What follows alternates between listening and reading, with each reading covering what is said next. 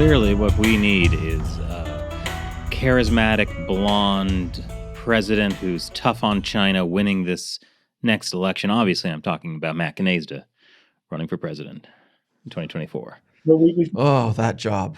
We've never had a president with a mustache since, I don't know, a long time. Maybe like Taft. Taft. Oh, yeah. We need a president. I could be the next Taft. We need a president with the mutton chops to go after China. I believe that would be Chester A. Arthur. Greatest president. Guy with an ascot, Buchanan, but that'll work. That's my best idea. I mean, in terms of, and you brought this up a little bit earlier about the U.S. election, but do you think that there are things that the U.S. could learn from Taiwan's election?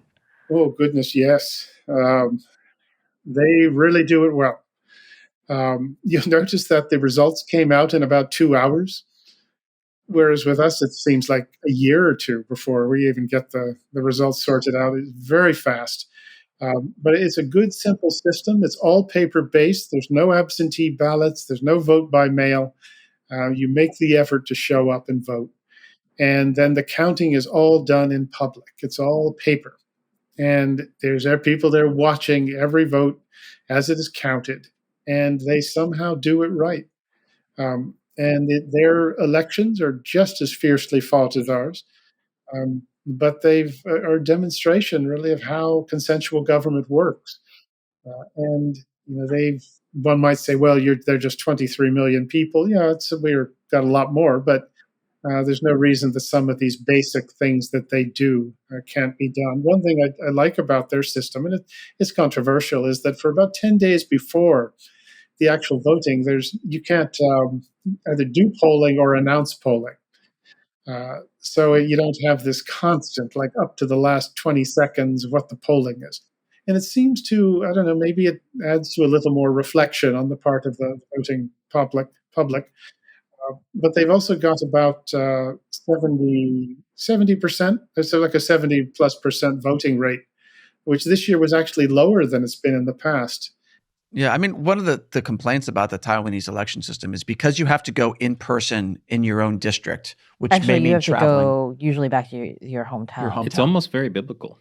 Well, so because of that, there is, I would say, you could argue there's less enfranchisement or more disenfranchisement, which is a big word used in the U.S. elections. That you disenfranchise people if you don't make it easy for them to vote, because there have been truly so many historical problems with voting in the U.S., in particular African Americans, and also, earlier than that, it was whites who don't have land. So, how does Taiwan handle that enfranchisement issue? Well, it's as I say, it seems to work when you get 70% plus of the voting of the voters out. It seems to work. It's our system. We've had all sorts of problems, of course, and even we still do. But these basic things that come to along with the transparency in the process. That's somewhere where we could learn a lot from them, I think. Also, the media it's pretty open media in Taiwan. So it's not like you have some of the key outlets or social media groups or organizations saying, well, certain ideas can be heard, others cannot because they're misinformation. The Taiwanese government, Taiwan does a pretty good job of making sure that the voters are as well informed as they possibly can be, which is a key part of an electoral process, which tends to get, once again, that too gets overlooked a lot. Do people there question whether the vote count is legitimate? I've never heard any complaints about it. Keep in mind, they've only had elections for about 30 years now. But I've never heard any complaints about that. And when you have, when the counting is done in public, they empty the box on a table and hold it up and people can see it. It makes it's hard to argue with that. The French went to something like this not all that long ago, made it all paper-based, and that is something that it works pretty well, and oftentimes the simpler the better.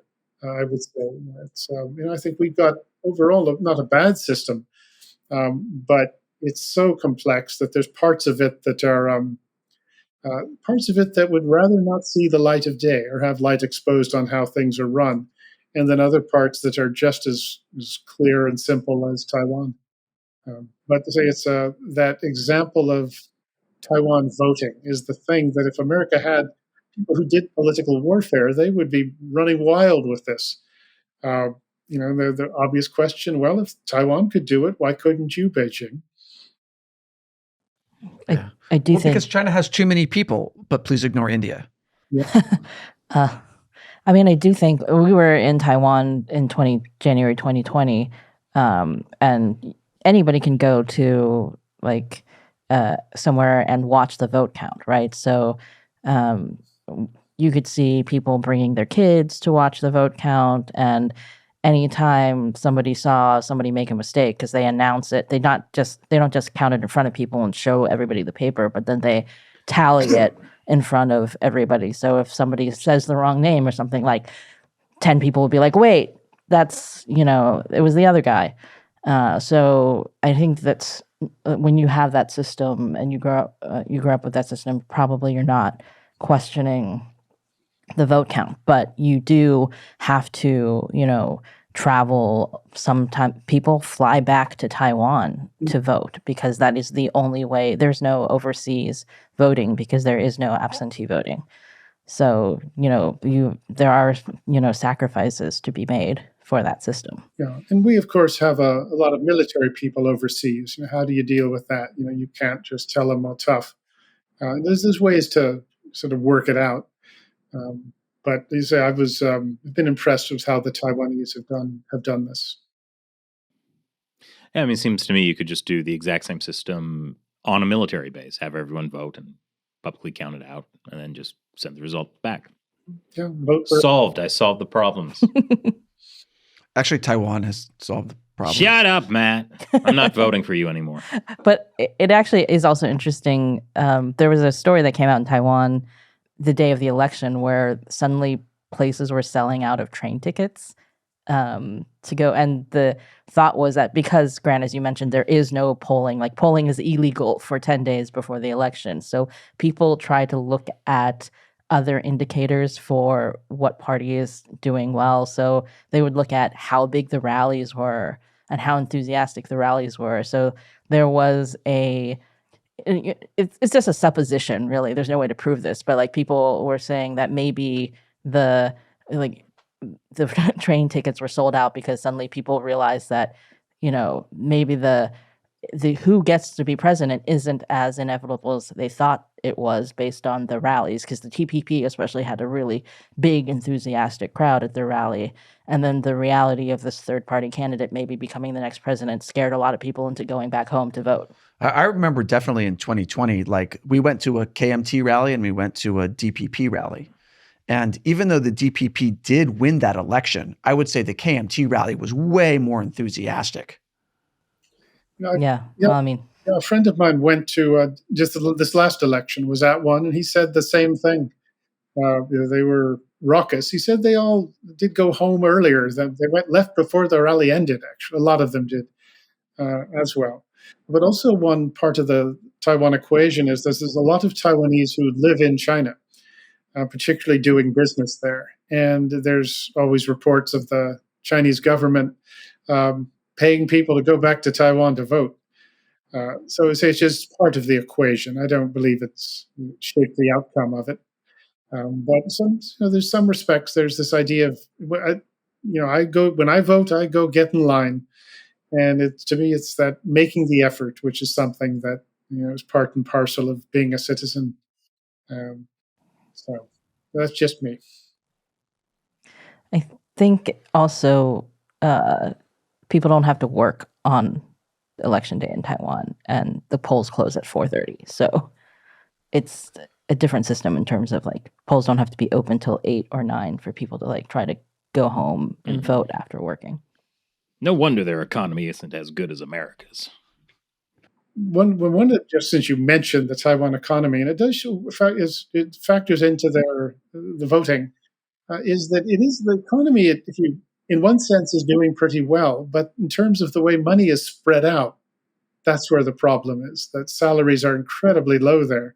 There's a lot of money floating around, but it isn't distributed quite the way it ought to be. And as I said, real estate prices are just through the roof, and it's demoralizing for a lot of young Taiwanese. So shouldn't be surprised if they go with a third party candidate, but that doesn't mean that they want to live in the People's Republic of China. Well, yeah, if the young people want the wealth redistributed differently, I'm sure the Chinese Communist Party would have some suggestions. To distribute more of it to the Chinese Communist Party? Well, ultimately. I mean, but they wouldn't say that. Well, no, but it's hardly like mainland China is not a beacon of high wages and low real estate prices. So if that's the concern. Or massive wealth gaps. Yeah, I mean, China's wealth gap is much greater than Taiwan's wealth gap. And the U.S. Yeah. But I mean, hey, that doesn't get in the propaganda. Chris, did you know that the Chinese Communist Party has lifted 700 million people out of poverty that they absolutely did not create themselves? We just did something on how there's like 1 billion poor people in China recently. So much for that statistic. Well, Grant, great to have you back on the podcast. I really hope we don't have to call you in like a couple of months and be like, hey, well, they invaded. What's your thoughts? Well, if you want to learn more about Grant's thoughts, is there some kind of book that people can go to? Well, there's an excellent book that people can go to. In fact, I just happen to have one right here called When China Attacks, but came out last year. But it's an excellent book. It's available wherever books are sold, I guess.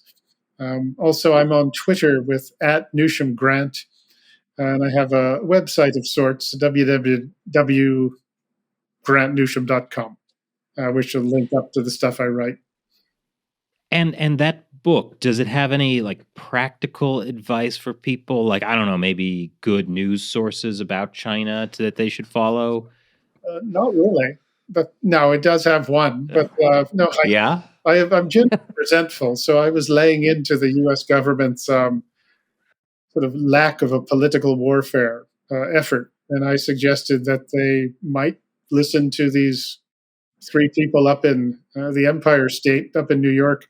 Look at how they do things if they want to see how it works. And I do mention China Uncensored as well, and I wasn't being nice.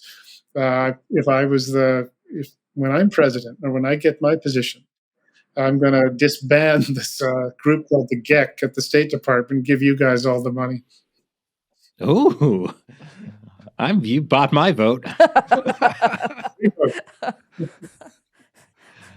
Democracy in action. I understand it now. Well, thanks, Grant. Always a pleasure to have you on. I'm sure we'll have you on again soon. Thank you. Glad to be here. Thank you. Appreciate it. Should I feel bad about how quickly my vote was bought? I mean, it's my vote. I can do with it what I want. Yes. I mean, I think that everyone's vote is bought to some degree, right? Even if it's not with money. It's like you buy my vote with promises of economic development. Charisma. Yeah. I'm just thinking about how we never predicted down to the second when Taiwan was going to be invaded. Like you promised in the intro. Oh no. You mean, does that mean that people who make wild predictions about very specific things have no idea what they're talking about? Or don't care if those predictions never come to fruition? Yeah. It's all about once the views have been viewed, they can't be unviewed. So this entire thing was a social media experiment, is what you're saying? Yes, thank you for participating in our social media experiment. Leave an angry comment. It doesn't matter if you're angry. It feeds the algorithm because it's engagement. I feel like the algorithm pretty much feeds off of anger. Yes. Or engagement. The algorithm is the dark side. Oh, wow. I have seen through the looking glass. Anger, fear, resentment. But My God. Anger leads to hate. Hate leads to suffering. Suffering leads to winning elections? Yes. And really, isn't that what matters, Shelley? I mean, I do think that you see people voting out of frustration and anger. That definitely happens. Yeah. Usually with the economy. Right. I mean, even the candidate people vote for, it's like, ugh, I hate everybody, but this guy's the least bad. I don't know if that's always true. I mean, It's sometimes true. when you're running, I said, well, okay, yeah, that's true. Look, if I'm running for president and Do you vote think for he me, caught that, Shelley? I was going to say, if you want to hate vote for me, then Yep. I will accept that. You will take that for the engagement. Yeah. Exactly. Yes. This will all be solved when I'm supreme leader, and there will be no more democracy or voting. And then you'll execute the former presidents, Matt Gnezda. Mm-hmm. And everyone else have been very open about the killing fields when I'm supreme leader. Yeah.